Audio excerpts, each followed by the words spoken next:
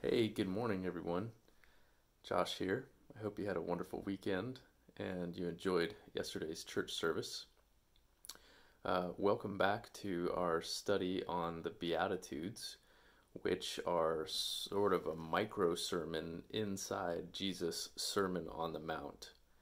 And the significance of the Sermon on the Mount, and particularly the Beatitudes, is inner transformation. And Jesus is calling to our attention the fact that each and every person is blessed by their very existence, blessed by God, in that there is a level of love and compassion and peace that we can experience in our spirits, in our bodies, and our souls, if we open our minds to the idea that all we have to do is reach out and accept that blessing. And so when we talk about the Beatitudes, the words that equate to Beatitudes in the Latin and the Greek mean blessed.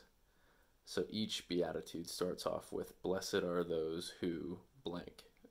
Last Friday we opened up with talking about, "Blessed are the poor, for they will inherit the kingdom." And we talked about how the poor means poverty of the spirit, and how poverty means that you're needing and you're wanting, and when you're needing and you're wanting, you're open and available to receive it. And so when we're open and available to receiving the kingdom, we're in a posture to receive the gift of the blessings that God has for us. And so today we're talking about the second beatitude, which is, "Blessed are those who mourn, for they will be comforted."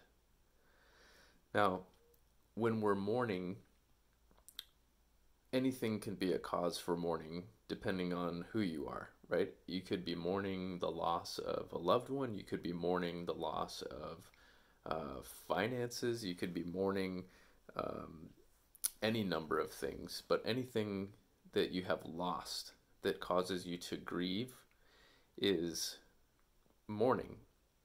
And so Christ says, "Blessed are those who mourn, for they will be comforted." Now, the kind of loss that we're talking about here isn't just like whining and complaining loss. It's a true, deep loss. And so I just want to read something for you, something that has explained this parable, this beatitude, to me a little bit more deeply. And this is from a book called Wisdom Jesus by an author named Cynthia Bourgeault, if you're interested. But Cynthia Bourgeault says the second beatitude is talking about vulnerability and flow. When we mourn, we're talking about real mourning here, not complaining or self-pity. We're in a state of free fall. Our heart is reaching out toward what we have seemingly lost, but cannot help loving anyway. To mourn is by definition to live between the realms.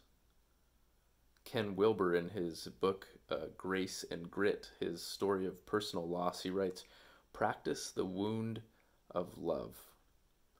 Real love hurts. Real love makes you totally vulnerable and open. Real love will take you far beyond yourself, and therefore, real love will devastate you."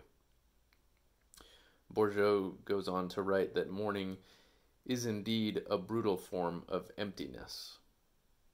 But in this emptiness, if we can remain open, we discover that a mysterious something does indeed reach back to comfort us. The tendrils of our grief, trailing out into the unknown, become intertwined in a greater love that holds all things together. So in essence, to mourn is to touch directly the substance of compassion.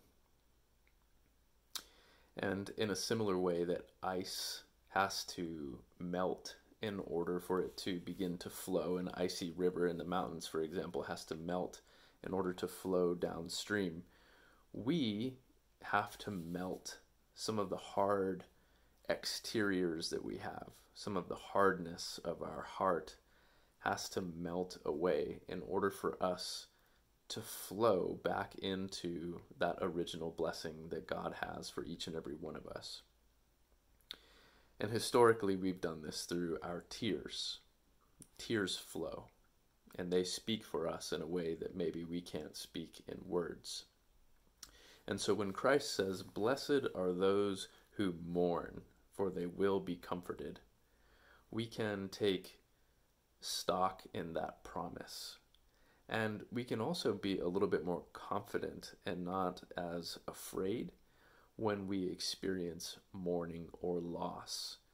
And loss is a big motivator for a lot of us. We do things out of fear of losing stability, losing whatever. But I encourage you this morning to consider that loss can be both liberating, scary, sad. It can be a whole number of emotions. But in all of the emotions that we experience, Jesus is saying, you are blessed. You are blessed if you are experiencing loss and you're mourning, because God is with you, comforting you each and every step of the way. I love you. I'm sincerely happy that you exist in the world, and I'll see you tomorrow.